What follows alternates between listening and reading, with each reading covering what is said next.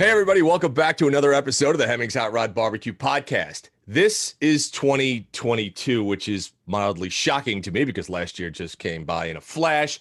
And on this episode, we have Aaron and Emily Reeves of Flying Sparks Garage. Guys, how are you doing? I haven't seen y'all in forever. I miss y'all. You guys have been doing a whole bunch of stuff. Happy New Year. What's been happening? I know. Happy New Year to you. I think it was SEMA 2019 when we last got to see you. Yeah, And I think so. A lot of our automotive friends, like, oh my Is gosh. that when we had the Z there? Yes, it was. That's That right. was a long Yeah. time ago. Yeah. Yeah. It might have actually been 20. Yeah, I think it was. It was Or maybe 19. it might have been 2018. I Could've think been. it was 19 because I think we had this car there in 19. Yeah, maybe so. And then 20, of course, didn't happen. And then we missed last year's SEMA. Right. Okay. All right. So it's crazy. But So Merry Christmas, Happy New Year. yes, you guys too. So how have you all been doing in the mishmash of automotive stuff that we've been kind of wading through over the last couple of years, which is a Yeah, couple so- of years, which just sounds insane. Our life really didn't change a whole lot, except for we're not traveling near as much. Mhm. But that was really good because we're able to get in the shop, make a lot more videos, do some fun stuff like that, and really focus on the business. We Okay. we've been growing this for a few years, and we eventually reached the point where it was time to work on the business instead of just trying to get content out. So it's been a good thing for us. I mean, we've stayed healthy and continue to do stuff. So yeah, it seems to be working out okay. It's actually been the best 2 years we've ever had. So Oh, There's that. good for you. So for those that don't know, I mean, Flying Sparks Garage, you guys have your YouTube channel. You have been doing, Emily, you've been doing modeling, you guys have been flying all over the place and you're playing and doing all this stuff. I want people to get an idea of how you actually got into the business, because I think people see your content, they know who you are as individuals, but nobody ever tells them, like, how did you actually start doing this? And to me, that's always the coolest thing. So how did you start? Aaron, I know you grew up in a diesel family, right? Yeah. It's Is that fourth right? Generation in it. I did it for 20 years. Engine Okay. builder for 18 wheelers. Okay, really? And I mean, the story actually started 20 years ago when we got together. Okay. Emily, I was 17 years old. So Emily learned really quickly if we were going to spend time together, it was going to be in the shop. I was a kid. Like, that's all I Okay. wanted to do. And Yeah. she went into it full force. And so this started way before the YouTube channel, but Emily can elaborate on that. yeah, so when we met, I was not into cars. I didn't know anything about cars. I just knew I wanted to hang out with him. And so Okay. I found myself in the shop. And in so many scenarios, when I think about all of what my life is now, I fell in love with cars and automotive when I fell in love with him. I realized, like, this is so cool. And him teaching me and supporting me and encouraging me through that process of being right there, and him Yeah. working on stuff, and him saying, hey, we're building this engine together. Let's do this. I'll install this head. You install this head. You watch what I do. And, Yeah. you can do this too, just like I can. And it was such a cool thing for me to experience someone that had faith in me for no reason. And it was a really, really special time in my life because I was only 14 coming on 15. And I was just like, this guy is so cool. And he's got so much passion for what he does that Yeah. I couldn't be far from him. Like, and not much has changed. That's So, good. It's really awesome. I taught Emily the same way my dad taught me. And there's a missing link to it that Emily may not know, but I was actually watching her very closely. I didn't. I have no doubt. Yeah, of course you were. I mean, Because I wanted her to feel the responsibility of doing it herself. And my father Yeah. is very much a person that he would put a lot of weight on you yeah. just to see how you perform and see how you handle it. And I Mhm. did the same thing to Emily. I just put it in her lap and said, you can figure it out. You've got the Yeah. ability. And so do it. And if you mess it up, we'll fix it. It's not a big deal. Right. And I always wanted him to check my work, especially on that first engine that we built together. Like Sure. after I, torqued the head bolts, I was like, okay, I'm ready for you to check it. And he's like, I'm not going to check it. Like, when we crank that engine and we go ripping down the street, you need to know, like, you did that work. And if Yeah. it, and the head stays in place and we don't pop a gasket or something, then you did the right thing. But if we do, then you learned a lesson. And he's like, it's just parts. We'll replace them. And I'm like, oh my gosh. But it was the coolest feeling and totally got me hooked whenever I realized I'd done it right. And I've never been the same person since. Well, and the fun thing is what happened after I told her that is she went back and checked it about 5 times herself. Sure. Well, I mean, you think about it, right? That is a very old school mentality, and it's not something I see. I think you see that often, right? And it's the constant application of pressure, where somebody is watching you, where you're trying to mentor somebody and teach them the right thing to do. And in their mind, if they really want to do it, they're going to double check and triple check and quadruple check everything that they do. On the one hand, they don't want to have the disappointment, right? They don't want something to fail. But in the other thing, as Aaron, you kind of want her to know, like, I'm watching. Like, well, if I see something that's way out of whack, okay, fine. But, and the other part is people are afraid to fail these days.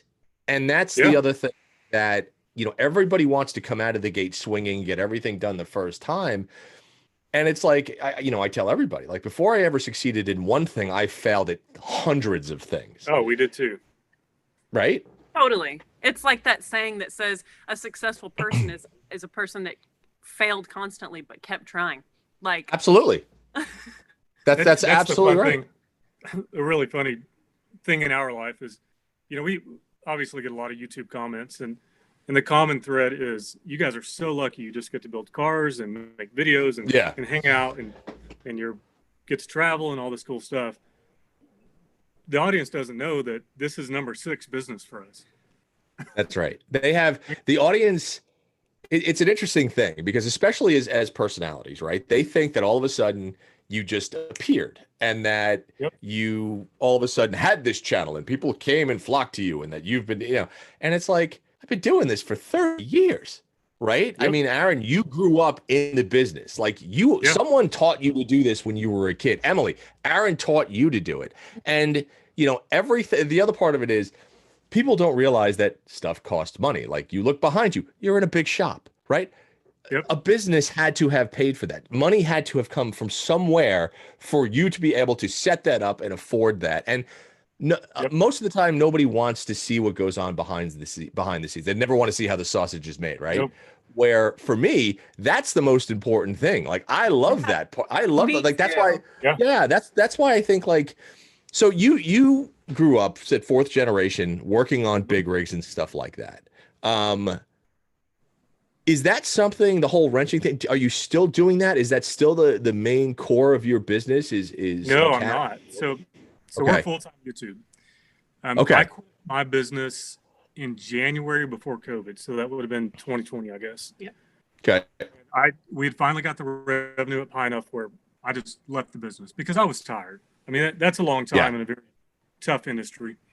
Yeah. And I didn't see a future moving forward building a business with lots of mechanics. I tried that, and it's very difficult to find people that'll work. By the time you get them trained, they're either drunk or they start their own business. Right. And so I just decided, I'm out of that.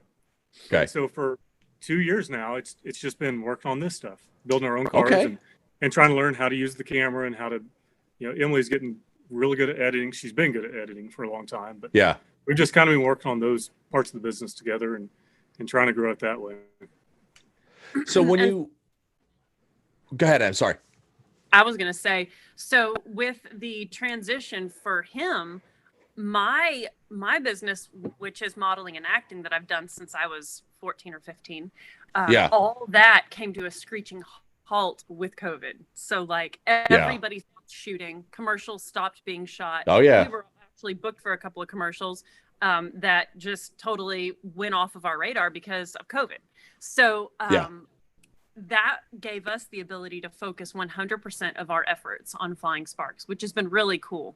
But my history doing modeling and acting and being in front of the camera in that way, I've always been fascinated with the production side. So when we started the YouTube channel, it was like I got to be director, producer, editor, and talent, which person being on camera, that's the most simple aspect of it.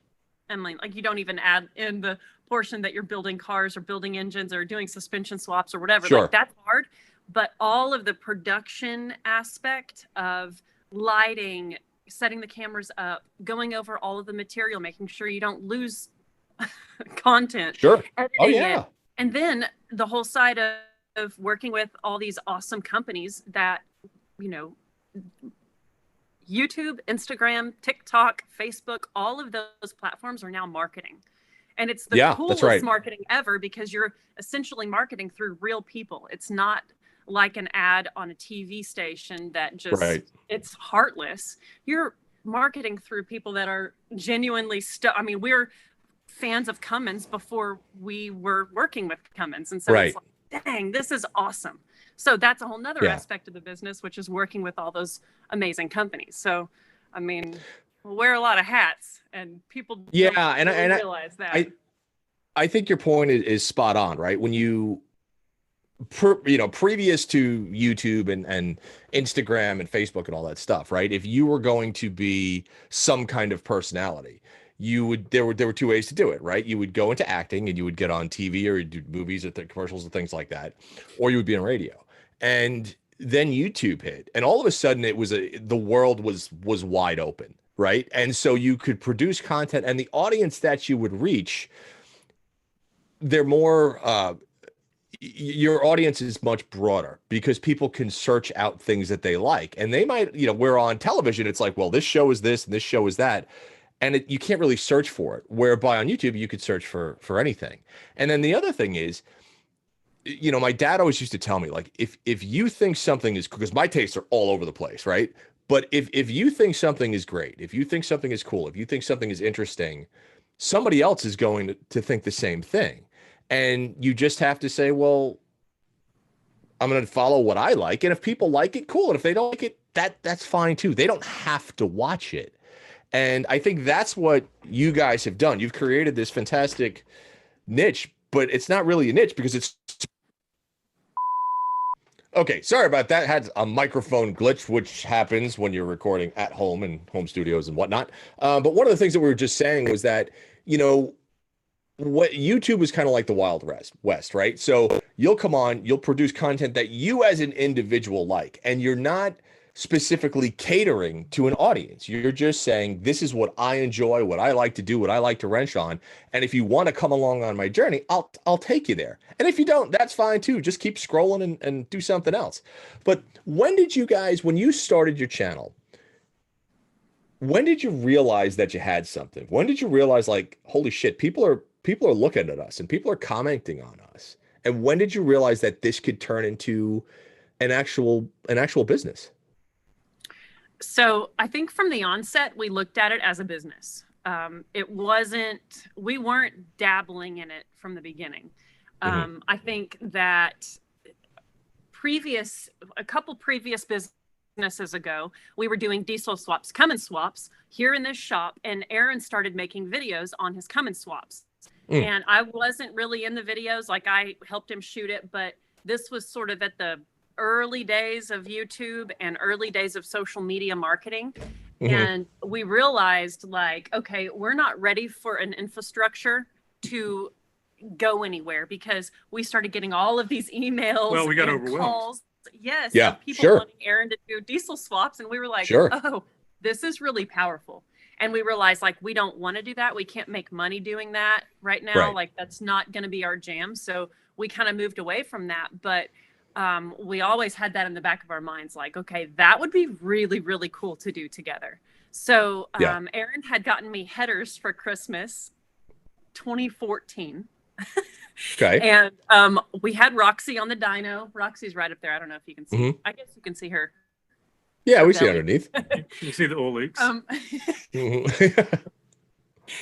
So we had Roxy on the dyno 2015, right after Christmas, and her oil pump just took a dump. And so we had to trailer it home because of a main bearing making loud, angry sounds. And I was like, Aaron, this is our time. Like, we need to build a badass motor for Roxy. I'll submit proposals to companies that we want to work with. We'll try and get some parts, and let's start a YouTube channel. So that was when we started it. And that was March of 2015. We never looked at it like we were dabbling. Like I always looked at it like I've always been in front of the camera for my career, and I want to transition that into something that I'm really passionate about, Sure. not just selling clothes and cosmetics, you know? It was very intentional because we were looking at Emily's career, and, you know, to some degree, as you start to age in the fashion industry, sure, your work's going to lessen. It never stops. I mean, sure. If you're pregnant, if you're gray hair, you got to still work. You got to sell products. But we saw that it was going to taper down. Yeah. And so there were two answers to it. It was one, just kind of get away from it and accept that it's going to die. Well, maybe three options, but one of them was go to LA and start acting, because that's more of a timeless thing. And Emily's very good at that. Yeah. And then we started talking about, okay, how can we use these talents and our passion and stuff like that, and trying to get that into one thing. And that's really where the YouTube came from. Because we felt like the talent's there, the knowledge of cameras there, and we have a story to tell. We're very different than a lot of people. Well, I think that being able to recognize that is huge. And I think a lot of people don't do that. You know, I look at a lot of YouTubers now, and you know, and it's nothing against them, but I see a lot of young people. And when I say young people, I'm saying, you know, between 18 and say 25 to 30 years old. Right. And they've been doing YouTube so long, but I don't think, and I could be mistaken, they haven't really done much else. Right. So there's, you know, approaching it as a business, like Aaron, you have been in business for a long time. You have been in business for a long time. I have my own business for years and years and years. Understanding that there is a business strategy behind this, and not just sticking your face on camera and trying to tell stories, like, because the fact of the matter is, at some point, this too will end. Right. And you're going to have to move on to something else. And having that kind of business acumen behind you allows you to propel yourself forward. So just recognizing that, I think that's something that people need to understand, that nothing is a guaranteed thing, but just having that relationship that you had with the business previously worked out great for y'all, because you know exactly where to go. And more importantly, you know how to monetize things. And that's huge. And I think that's something that people never consider. That's Emily. Yeah. But that's great. I mean, going out, I remember when I first, this is dating myself, but you know, over 20 years ago, when I was building one of my cars and trying to go out and get sponsorship for stuff, and then saying, this is, you know, I'm building this car, this is what I want to do with it. And everybody's just like, we don't care. We don't know who you are. We don't blah, blah, blah. And it took me, and I was always pissed off. I mean, that's why the name of my company was Mr. Angry Incorporated, because I was like, the hell with everybody. This is bullshit. You know what I mean? But it shows you that in order to develop these relationships, you don't just ask. You have to work. You have to give back. You have to do all these things. Oh, yeah. And I think that's what people don't understand. Like, nobody is ever going to see the thousands of hours, literally, that you have, and the years of hard work that you have put into your channel, that you have put into your craft as technicians, as filmmakers, right? Learning how to do audio and editing, and how to, when you're creating content, how to create a visual story arc to an episode, whether it's changing a distributor cap or building an engine, right? There is a very, very, you know, systematic story arc that you have to create in these things, and then putting it all together visually so people go, oh yeah, we want to watch that. That's great. That's talent. That's that, you know, that is not something that you just like, poof, I know this. That's trial and error, man. Oh, absolutely. Yeah. And you know what? The story's changed too. When the YouTube channel started, it was Emily basically. And I had no interest. You know, I'm very much a hide in the corner, design something. He didn't want to be on camera. Yeah. He was like, no. I could care less about being on camera, or at that point. And so we put Emily on camera. We got through about 8 months of it, and we showed up at SEMA, and I'm this strange dude standing next to Emily when she's meeting all these people who know her. And she went, this doesn't feel right. This is not authentic. This is not who we are. Yeah. And so I started to become involved in it. Yeah. And then the storyline changed, because all of a sudden we're attracting families. And so I had to put the beer down, you know, because I had a beer in one hand and a grinder in the other. And I'm doing my thing. And I went, oh, that's probably not the best thing to do if I've got kids watching it. And so we kind of, the channel kind of dictated where it wanted to go, and we just listened to the audience and went that direction. So now we're more family friendly and get the kids involved, and it's interesting how it'll go the direction it needs to if you let it. Well, that I think is another thing, is being able to identify that. I remember when I started, and this is in 2011, I think, doing video work. And I remember the first 3 episodes I shot, because that's when the commenters on YouTube would just shred you. I mean, I have been called every name in the history of whatever insults, like, oh my God. But there was also one of the videos where I came out and I just started. I said, listen, I've obviously screwed some stuff up. I have obviously pissed a bunch of people off. I'm not sure what I did.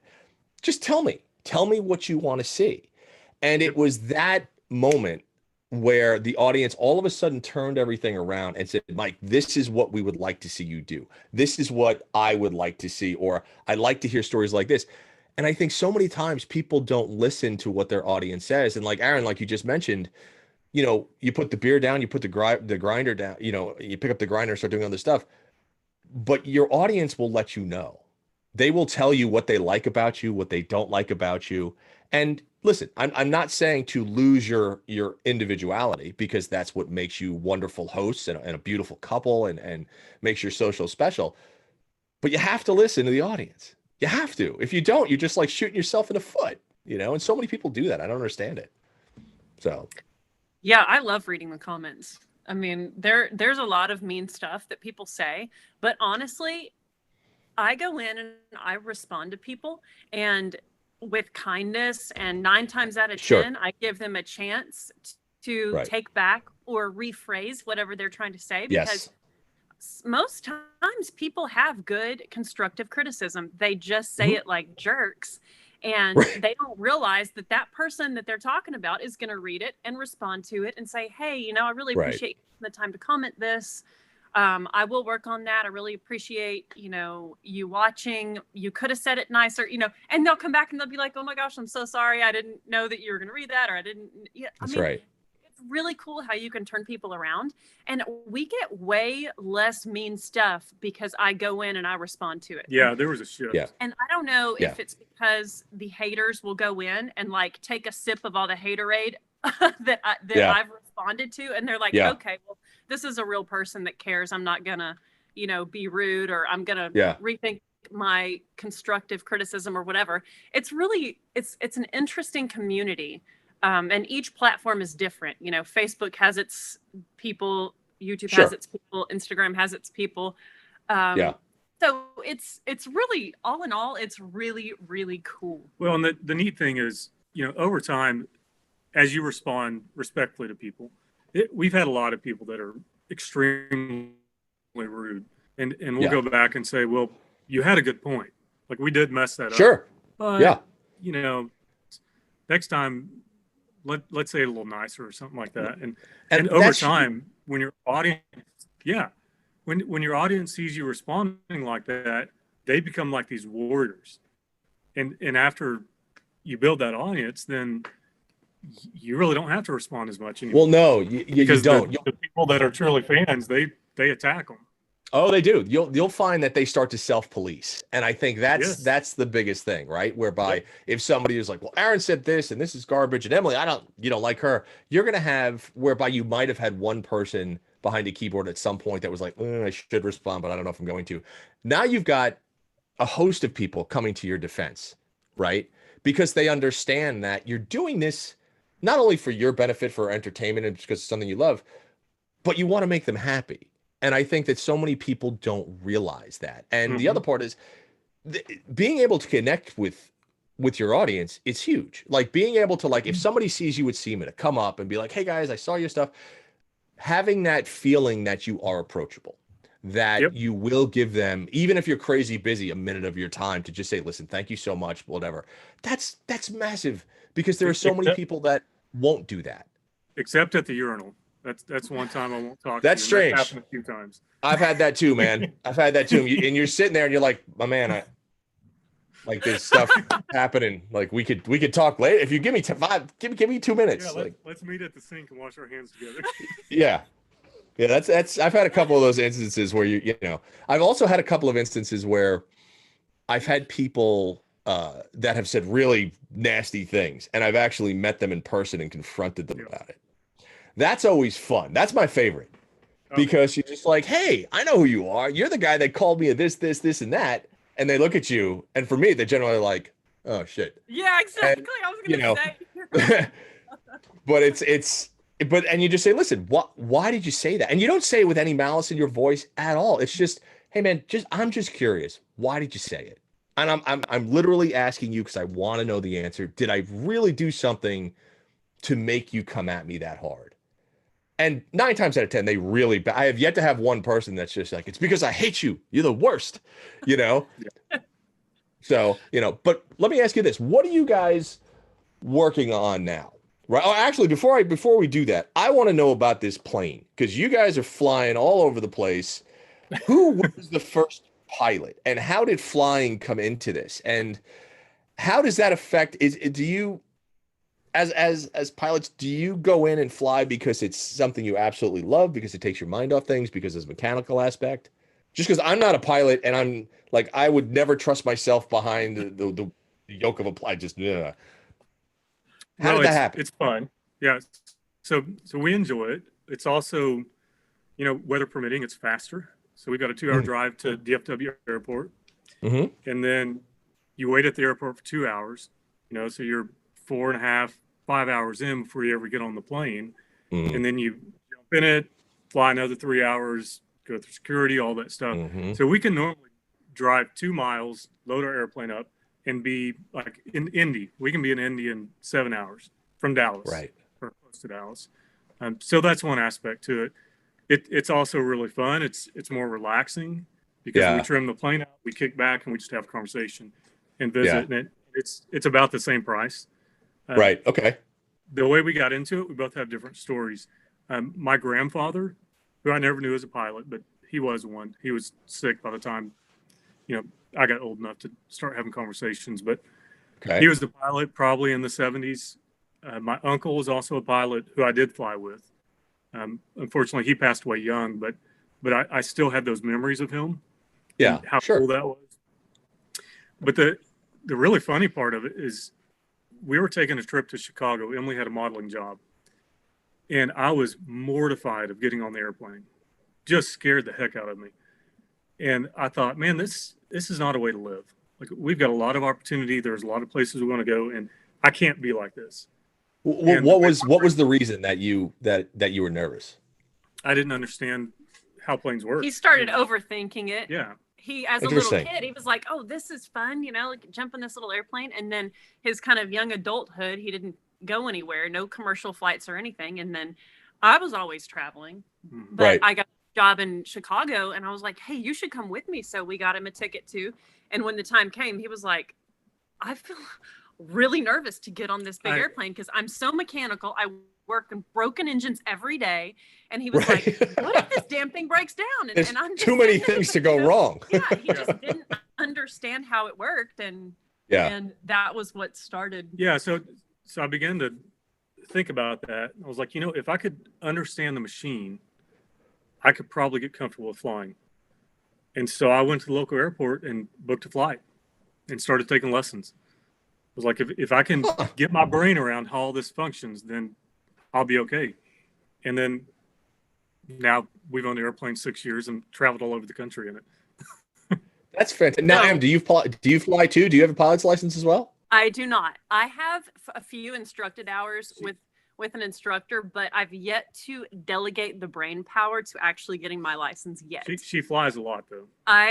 Okay. When we're taking, cross countries, I will definitely take the controls and fly and keep our heading. And I mean, I understand a whole lot of it, and I've got that muscle memory feeling of flying, but I haven't gotten my license yet, mostly because the whole time we've had our plane, we've also had our business.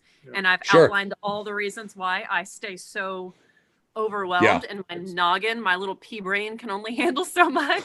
And so at some point I will delegate that brain power to getting my license, but right now it is just the freaking best to jump in that little plane and he's the pilot. I sit there and I support it. And a lot of times we'll shoot episodes and stuff. Well, So a lot of times Emily's sitting over there editing. Yeah. I mean, right.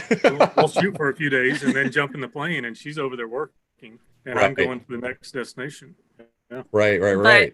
The actual airplane that we ended up with is a really special story, and I'll condense it because it can get like involved. Sure. But as a little girl, I flew with a family friend of ours in his airplane, and we ended up buying that exact airplane. It came up for sale, and the hangar was as well. And Aaron didn't even have his license yet, but we were looking at airplanes and we were like, okay, we're going to do this. These cost about as much as a Suburban does. And we see people buy those all the time. We can bootstrap this and pay for an airplane. Like, let's do it. Right.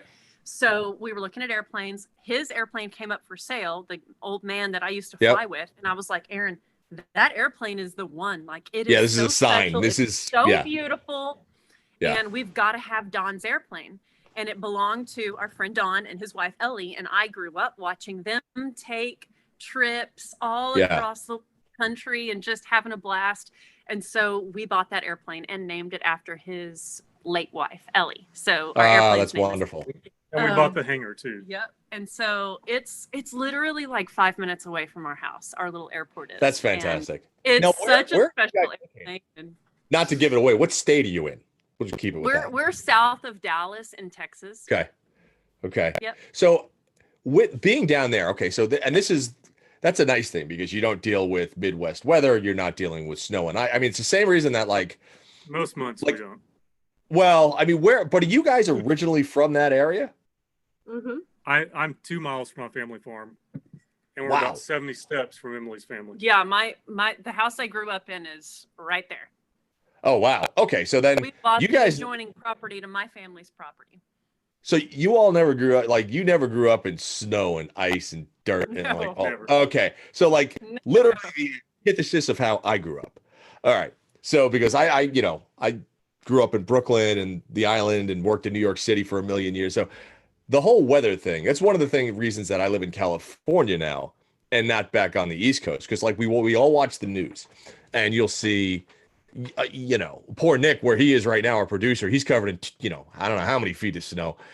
I just couldn't personally do that. But what I tell people is that living in a place where you don't have that allows you to enjoy whatever your hobby is, whether it's flying or building cars or motorcycles or whatever the case, or cycling every single day.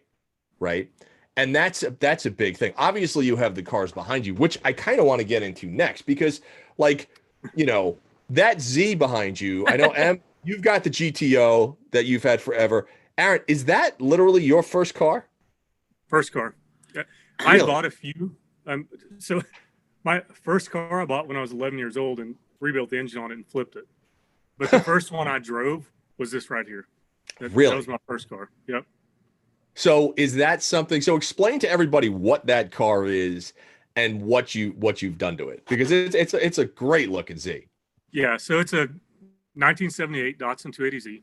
Came with the L28 fuel injected engine. I guess I've owned that car 22 years.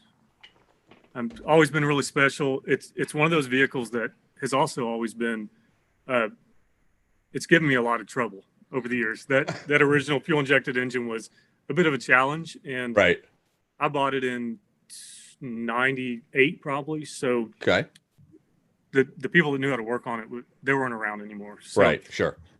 So it sat for like 13 years in an airplane hangar, and we finally pulled it out in 2016, I think. Yes. And started the restoration on it. And Emily can probably go through some of the parts on it more than me. So we decided to pull it back out for our 10-year wedding anniversary because we dated in this car, had our first kiss in this car, everything. That's cool. So it's like that is a super special car. And there were a handful of times where we were so skinny with our budget, we almost sold it. And Aaron was like, Emily, we can get $1,000 for it. Like, we should sell it. And I'm like, no. We're talking lights being turned off. Yeah. I hear you. You know how it can be. Yeah, I do. We almost sold it for like pennies on the dollar so many times, But I was like, we're not selling that car, babe. No. And Yeah. so I'm so thankful that we kept it all these years. But we pulled it out for our 10-year wedding anniversary. And that was in 2017 is when we finished it. I think we did pull it out the end of the year, 2016. But there is a whole playlist of that build on YouTube. We did an LS swap with a T56, and the car is a blast to drive. We first decided to do the LS because the readiness for parts, like the availability, LS is just so amazing. makes I mean, total you sense. you just can't fight it. Yeah. But we did a couple of build design qualities that we thought made it really acceptable and unique. We did 180-degree headers, which we custom built ourselves, which means they operate, but they do leak. they're kind of crappy in some ways, but they're, we made them ourselves, and that feels good. So the car doesn't sound like a typical LS. Like it's not, it doesn't have like cam chop muscle car sound. Yeah. Sure. It sounds like a flat plane crank. It sounds more exotic, which is cool for a Japanese car. Yeah. And the second thing that we did with the build was we did stacked injection. So we have the individual, which looks amazing on that car. It looks so good. The hood's propped open right now. Because we have a trickle charger on it, so you don't see the stacks coming out. But it's got the trumpets that come through the hood, ever so sexy. I mean, the car. As someone who has seen that car in person, it's hot. You look at it and you go, man, that's pretty good. It's just good. It's just really good. So it's got, of course, like adjustable coilovers. The car handles amazing. The only thing that we need to be tweaking on soon is the rear end. It's got the factory R200 rear end. And we've got upgraded Porsche half shafts because it's IRS, of course. And so we have some beefy parts in there, but the rear end is not so great. You just take a time bomb, and making sounds. Oh yeah, and so it's probably on its way out. It's like, hey guys, I'm really not feeling too hot. So that'll be the next thing we address with the car. But overall, it is a wonderful build. And we were actually honored the year that we premiered the build on Power Tour. We finished it, took it across the country like we drive all of our stuff all the time across the country on Power Tour. And Hot Rod shot it. Brandon from Hot Rod shot it. Yeah, and sure. It was an amazing shoot. And they held on to those pictures until the following year when they did an interview. And the car was actually in a 5-page spread in Hot Rod magazine. Fantastic. It was like, what? Well, but I think that goes back to this is the thing that always kind of tweaks me a little bit is you have all these wonderful cars out there. It's like you go to SEMA and you have 98% of the stuff on the show floor doesn't move. We know this. Right. And I remember my first SEMA like 15 years ago when I went and I was like, this is amazing. And then I started looking, I was like, well, that's not hooked up and this isn't hooked up and this doesn't run. And I was like, what are you doing? And it was, and I have always been a proponent of like, I don't own a truck and I don't own a trailer. So if my car is somewhere, it means I actually physically drove it there. And that's literally the way that I made a career was with my old 68 Charger. All I did was drive it. And honestly, was sheerly out of pure ignorance that somebody never told me you wouldn't make it, right? So you have this old car and you get in it and you're like, oh, it starts, it runs, it'll probably get there. And you don't think about rock chips and you don't think about, if it's going to get stolen. You just enjoy it for what it is. And that I think is something that you have always done, right? Whether it was the Garf truck you took on Power Tour, whether it's the Z, whether it's PTO on Drag Week, it adds so much legitimacy to what you guys do, not only as hosts and presenters, but as a couple and as for your, overall, I think, love of the hobby. And it's as a big builders. Well, as builders. But I mean, and that's the thing, right? Because you could be a builder, but if your stuff never rolls, you built a beautiful thing. There's all types. There's all types. Because we aren't professionals. Like our welds aren't beautiful. Like we don't build, show quality things. But we hit the road in these mofos and drive hours and hours. And that's what we're doing for ourselves. And why we build stuff like that is so that we can drive across country and not worry about scratching it or denting it or it's just and it means so much. You'll occasionally have people comment on the build quality. But the fact is, we went on Power Tour in 2007 with Emily's GTO when it was almost brand new. Yeah. For our honeymoon. Yeah, for a honeymoon. And we learned real quickly that if you build a car where you're so nervous about somebody touching it that you have to stick around the car the entire day, and you got to pull over when there's a rock truck or something like that, man, that's the not wrong fun. car. No, wrong car. That's not fun for us. So if you walk Right. up to any of our builds, you're going to notice they're a little bit rough around the edges, and that's partially by design. Yeah. We want to be able to enjoy it. Well, and I think that's something that people need to realize. I know, like I always tell everybody, like when my Charger was done, it was flawless. You could eat off everything. And every car that I've had that was great, like even when we built the Daytona a million years ago, it was perfect. I personally scratched the car. And I always go under the rocker with a key and I just go, and I put about a 2 or 3 inch scratch in. Everybody's like, what are you doing? And I'm like, it's not new. Now it's just it's a psychological thing for me. It is. Whereby it's just now, yes, it's old. Yes, it was restored or whatever the case is, but now it's just a used car. And that I think is the mentality that people, they're concerned so much about what other people think of their creations. And there are 2 subscriptions to this, right? There's the roadkill thing where you just go, just get it running and get it on the road. And like, I'm okay with that, but like, I don't want to burn down and break down every 7 minutes. So like, cool stuff. I want my stuff to be better than that, right? And then there's, let's just build something that is mechanically sound, that works, that's reliable, that'll get us there. If it's not flawless and perfect, who cares? Because I'm just going to enjoy it. And that I think is the inspirational part of what y'all do, is that you're constantly pushing your audience to get out on the road and drive, but do it safely and do it correctly, but go and experience what these vehicles were originally meant to do. So, going back to your content, what are you working on now? What projects do you have going on now? So, like technically right now, right behind Aaron, if you lean this way just a little bit, you can see that I'm working on this little white MG. Little MG. Yeah, we bought that car for $1,000. It hadn't run in 20 years. And we got it running on the trailer when we brought it home. And I am recovering the seats on it. So that is one seat that I have done. And then I'm going to do the other one once we get off this call. But like that is a really fun little car. And that was my mom's first car. My mom had a little MG Midget when she was in high school. Right. And she is obsessed with that little car. When we brought it home, I mean, I thought she was going to sleep in it. Like she did not want to leave.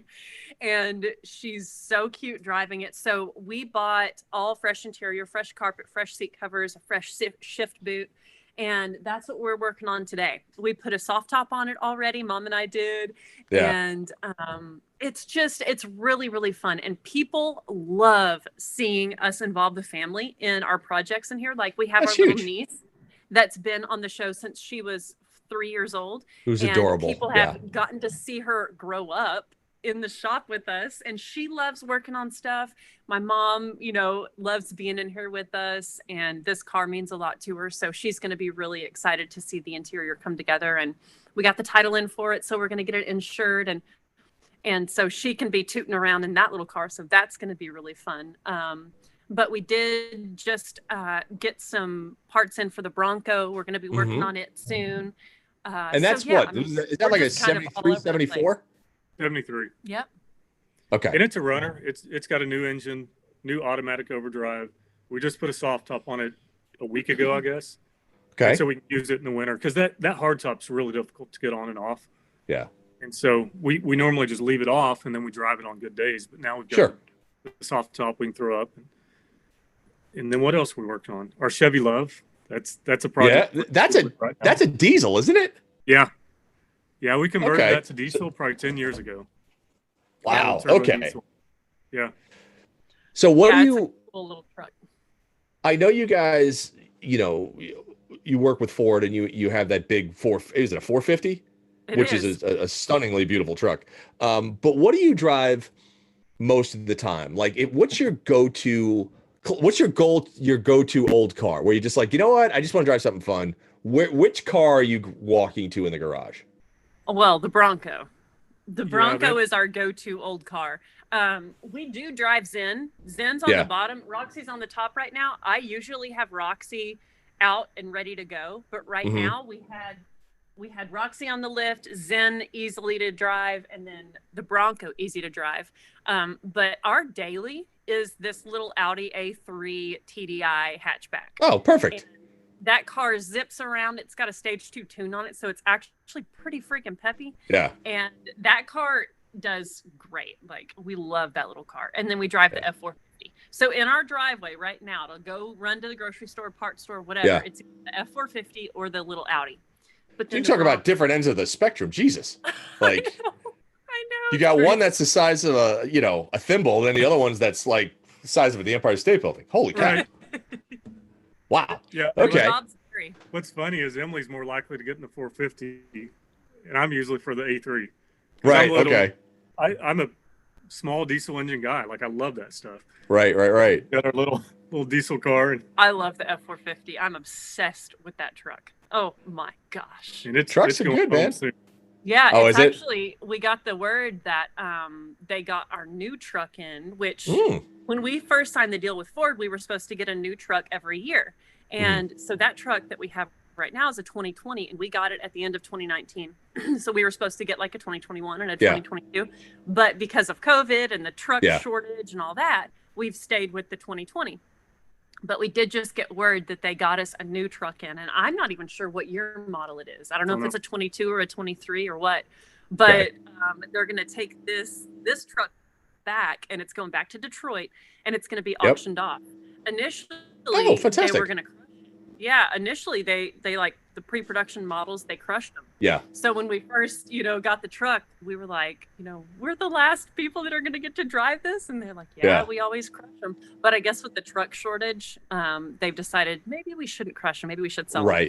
So it'll be auctioned off and probably go for a whole lot of money, because the truck situation right now, the market is insane. And anything, it was funny. I was talking to my buddy Matt, where I was on his podcast the other day, and we were talking about used vehicles, and we were talking about how the market for anything used, like cars that were $5,000, a year and a half ago, are now $9,000 or $11,000. Cars that were $15,000 or $18,000 are now $30,000. And I'm going, and it's difficult because there are so many people out there that are looking for just a good, solid used vehicle. And those deals are, unfortunately, they're just not there. And like that truck, I guarantee goes for you guys have used it for a year, even if it's got like 20,000 miles on it or whatever it is, it will go for more than what it was new. I can almost guarantee that. I think it's a $100,000 truck. I think it listed for like 118,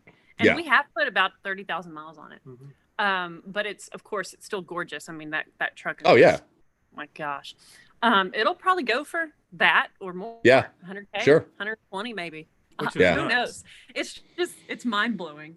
But I don't know. I drive around in a 96 Bronco every day. So I just look at that and I go, well, is what it is. Somebody's going to be cruising around in it. So let me ask, because we're coming up on an hour right now. What is next for Flying Sparks Garage? What projects are you working on? What do you have planned for 2022, barring we're still allowed to do what we want to do and nobody else says, can or whatever the case. But what are y'all working on? What should we expect to see from you guys?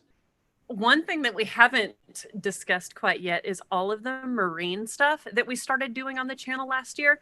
So that's right. You guys are big into boats. We bought a broken cabin cruiser in July of last year. And we don't know what happened with that first video. I wish I could duplicate that. That was our first video to reach 1 million views, and it's at like 5 million now. Right. The boat stuff on YouTube does so incredibly well, and we love creating content on our boats. And we should also say that Emily and I both grew up on a lake. We're 5 miles from the lake right now. And I bought my first boat when I was 16 years old.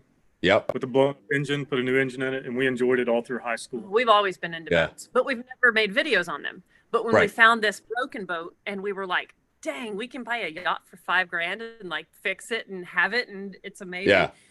Got to make a video on this. And I literally shot the whole video with my iPhone because I kind of intended not to shoot an episode. I was like, man, I don't want people to think we think we're fancy because we're buying a cabin cruiser or a small yacht. And we got there and I was like, this is so nice and it's so cheap.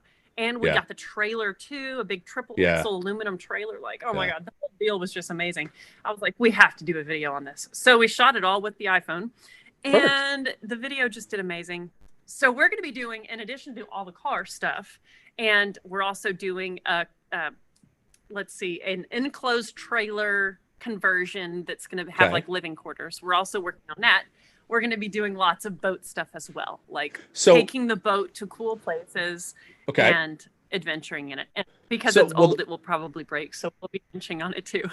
Will the boat stuff stay on the Flying Sparks channel, or will you create a completely separate channel just for boat stuff? So that's a great question. So we did create another channel. Okay. Let's jump in with Aaron and Emily. Oh, cool. Okay. Yeah. So anything boat related that's going to be wrenching on it, working on the boat, that'll be on the main channel. Okay. When we go out and take trips and enjoy the boat, I love to cook and stuff like that. So sure. Cooking or fishing or things like that, that'll be on the new channel. Gotcha. Okay. And that goes for the cars too. If we're doing an adventure in a car that's already built, that's for the new channel. Gotcha. So Gotcha. We decided to have Flying Sparks Garage be like the shop wrenching stuff. The wrench, sure. And Jump In be the out adventuring lifestyle sort of content. Smart.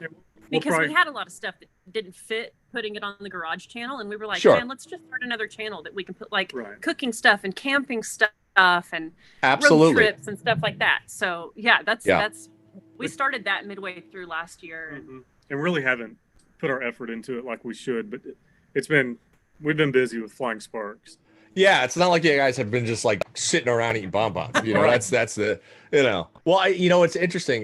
Before we close out, I just want to.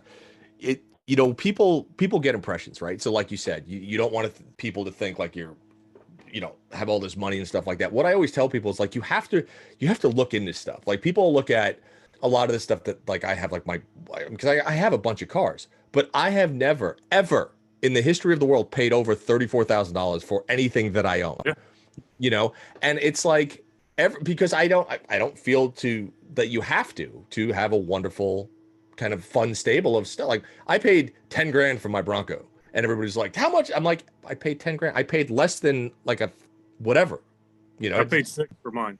You paid 6 for yours. That's exactly it. And with the boat, because people always say, well, boats are expensive. It had a blown motor. You just said you got a boat and a trailer for 5 grand, took the initiative to repair it, and now you're enjoying it. That's what I think they also need to understand that. They need to understand that y'all are putting these things together with your own 2 hands. You're refurbishing them, you're restoring them, then you're taking out and enjoying it. And like the biggest thing is to just show to people, like, you don't have to spend a ton of money or put yourself in hock or in debt. 90% of what we own was bought before YouTube. Yeah, it's same. Our hangar, our house, our shop, most of our cars, that was all paid for. Right. Just from blue collar jobs.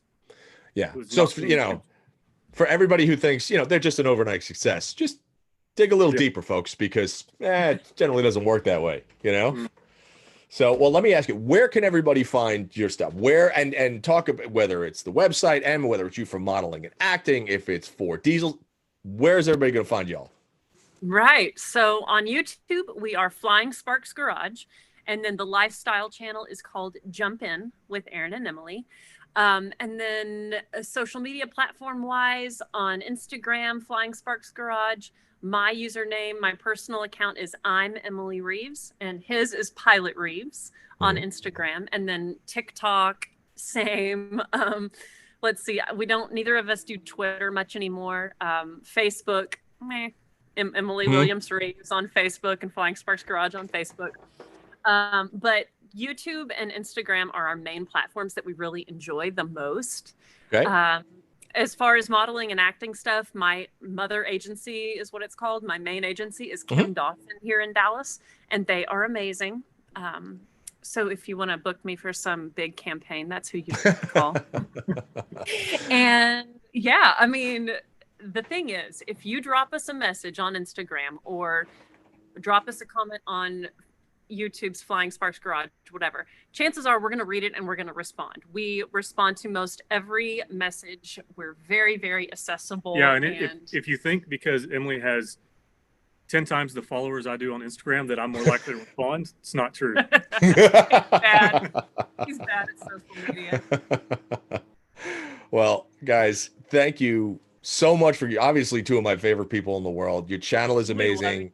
Having watched you grow from when you started it to, you know, the success that you've had with it now has been wonderful.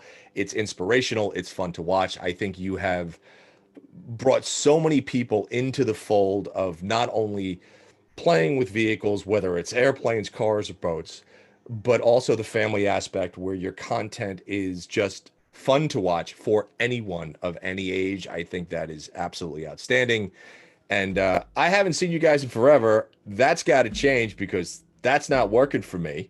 Okay? I know it's been too freaking. Got to change that soon.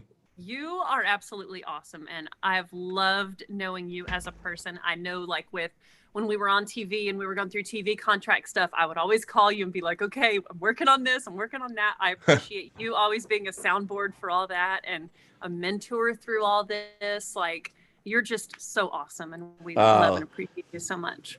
Well, same thing, guys. Love you too. Well, listen, go enjoy whatever it is you're working on in the shop. Hopefully the weather stays somewhat warm down in Texas. And I don't know. We'll talk to you again soon. And you guys got to come back on. I'm thinking maybe summertime-ish. And we'll see what's going on with the planes, with the boats, with the cars, which y'all have been working on. And yeah, we'll talk to y'all really soon. Next time we join the podcast. Hell yeah. Let's do it from a boat. The background will instead be like the boat and water. I like it. Looking forward to it. Thanks. All right, guys. See you soon. See ya. Thanks for listening, folks. And again, please subscribe to the Hot Rod Barbecue podcast. If you're on Spotify, check us out there. Subscribe to it on iTunes. And if you are going to go to YouTube, make sure you go to the Hot Rod Barbecue podcast and hit that subscribe button, and we'll come to you every week.